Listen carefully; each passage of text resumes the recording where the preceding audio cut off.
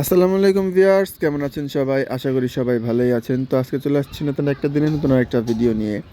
তো বাংলাদেশের লাভজনক প্রাণী হিসেবে যদি আপনারা কিছু পালতে চান, সেটা হচ্ছে ছাগল পালন। তা বিভিন্ন জাতের আছে, যেমন ধরেন তোতাপুরি, রাম ছাগল, হরিয়ানা, ব্ল্যাক বেঙ্গল। তারপর আরও বিভিন্ন জাতের ছাগল আছে যা আপনারা পালন করতে পারেন।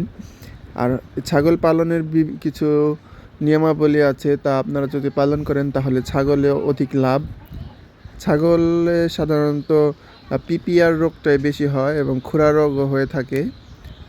তো ছাগলের আরেকটা রোগ হয় ব্রেনজের, তো সেটা হচ্ছে শিংয়ের গোড়া ফুলে যায় এবং যেদিকে আপনার পানি জমে তার উল্টো দিকে ঘুরে। তো এই লক্ষণ দেখলেই বুঝবেন যে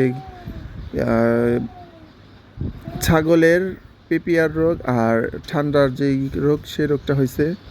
তো আপনারা ভ্যাকসিন দেবেন। ছাগলের সাধারণত বছরে 2বার ভ্যাকসিন করানো হয়, 6 মাস পর পর, এবং কৃমিরও দেওয়া হয় 3 মাস পর পর। তো আপনারা ছাগল পালন করবেন, বিভিন্ন জাতের ছাগল আছে। আর ছাগলের মধ্যে লাভ হচ্ছে ব্ল্যাক বেঙ্গল ছাগল, যা আমাদের দেশীয় ছাগল। তার ব্ল্যাক বেঙ্গল আমাদের দেশের আবহাওয়াতে খাপ খায় এবং এর রোগ প্রতিরোধ ক্ষমতা অনেক বেশি। আর ব্ল্যাক বেঙ্গল ছাগল সাধারণত 4টা বাচ্চা দিয়ে থাকে, 4টা, 3টা এবং 2টা। আর অন্য যে জাত আছে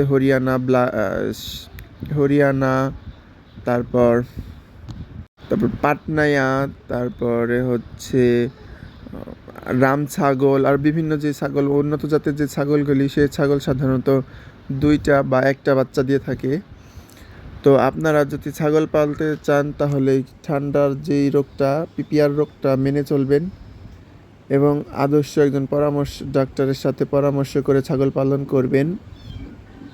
আর ছাগল পালন যেহেতু লাভ বেশি, আবার পাশাপাশি ক্ষতিগ্রস্তও বেশি, কারণ ছাগল পালন করতে অল্প কিছু দিনের মধ্যে ছাগলের বেশ ছাগল হয়ে যায় এবং আবার রোগ বালাই দেখা দিলে অল্প কয়েকদিনের মধ্যেই ছাগল মারা যায়। ছাগল একটি সেন্সিটিভ প্রাণী, যা ঠান্ডা সর্দি লাগার কিছু দিনের মধ্যেই তা মারা যায়। দ্রুত চিকিৎসা না নিলে মারা যাওয়ার সম্ভাবনা একটু বেশি থাকে। তো আপনারা সবাই চেষ্টা করবেন যে ছাগলের রোগ প্রতিরোধ ক্ষমতা বাড়ানোর জন্য কিছু ভিটামিন বা ভ্যাকসিন দেওয়ানো হয়, ওটা দেওয়ার জন্য। তো ভালো থাকবেন, আল্লাহ হাফেজ।